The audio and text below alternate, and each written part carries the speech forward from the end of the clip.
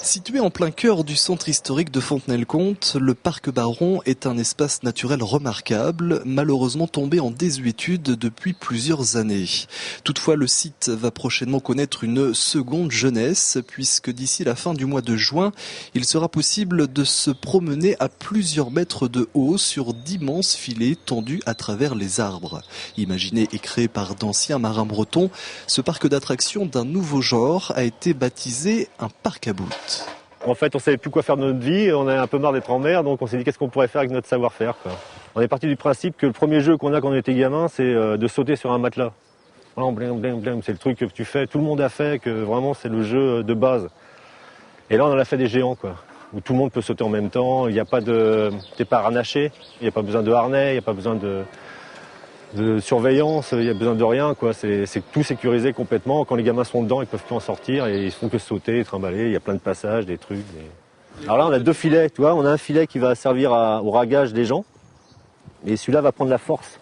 Donc les deux, une fois que les gens jouent dedans, donc tu crains rien parce qu'une maille comme ça, là, c'est 350 kg de charge. C'est juste là-dessus. Donc une chaussure, ça prend tout ça. On n'est pas loin de 2 tonnes. Et doublé, là, ça fait 600 kg à la maille. Au centimètre carré, ça le fait, quoi. On est tranquille pour mettre un gros bonhomme d'1 tonne qui pourrait sauter, quoi. Faut le trouver. Ce parc à bout, le 6e du genre en France, proposera ainsi 2000 mètres carrés de parcours ludique, imaginé sous la forme d'un château fort. Ça, c'est la tour du château, parce que ça se veut être un château fort, abandonné, en ruine, un peu façon bande dessinée, quoi. Il y a un premier niveau, après bon, ça va être relié par plein de tunnels, par plein de passages un peu difficiles, pour pas rendre les choses trop faciles aux gens.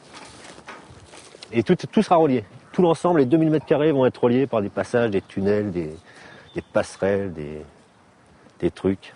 Et tu as des trampolines qui seront mous, des trampolines hyper tendues, en pente, des pistes de ski, il y aura tout.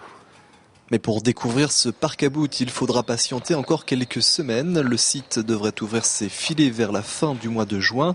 Il sera alors géré par la municipalité fontenaisienne qui accueillera les aventuriers tous les jours cet été pour des tarifs compris entre 6 et 10 euros.